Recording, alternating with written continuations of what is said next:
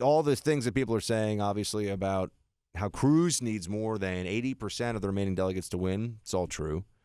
So that would mean that Donald Trump, in states where he's polling around, call it 40 to 50%, would have to lose half of his support in the actual election. I just don't see that happening. So I don't know how Cruz said last night that he thinks he can get to 1237. Look, the power of positive thinking.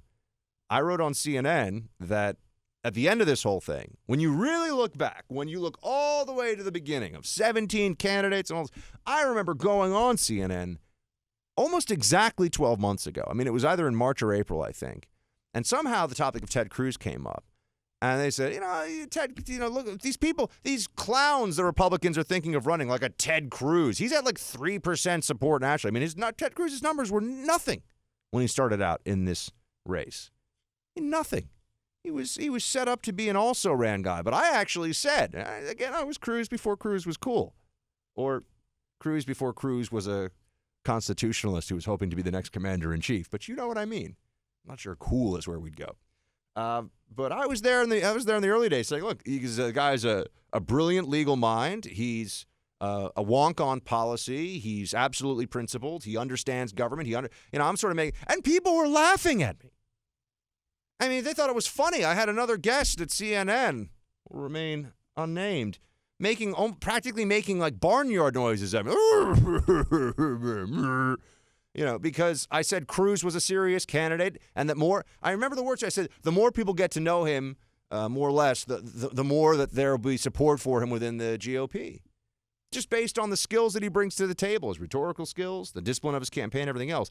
But even with all that said, if you go back to the beginning, 17 candidates, I mean, it was a clown car, as everybody has said a million times. It was just like, waka, waka, waka, candidates running around everywhere.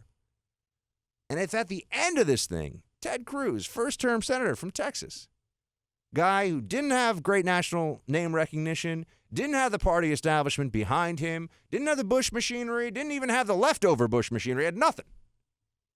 And he actually becomes a Republican nominee. I think you could start to use the M word, miracle. I mean, it's crazy if he's able to pull this thing off. And now it's looking less and less like a long shot, more like a coin flip. It's getting real close. If he takes it to the convention, which almost everyone now thinks will happen, unless Donald has some sort of crushing victory on June 7th, I believe, when the California primary is. Look, you got the New York primary sooner than that. I think Trump's going to win that one. Be prepared. And that's going to be, there's going to be a pretty substantial delegate haul there. Trump's going to win that one. He's probably going to win that one big. There are some other primaries out west in Washington. I think Cruz will do very well there, but not as many delegates at stake. And then June 7th, you got a whole bunch. You got California, which is the biggest state in terms of delegates awarded. And unless there's some crazy finish there, it goes to the convention in July. At that convention, the Cruz campaign has to be able to look at the delegates, talk to the people in attendance, and say, look, when it was a crazy crowded field, that's one thing.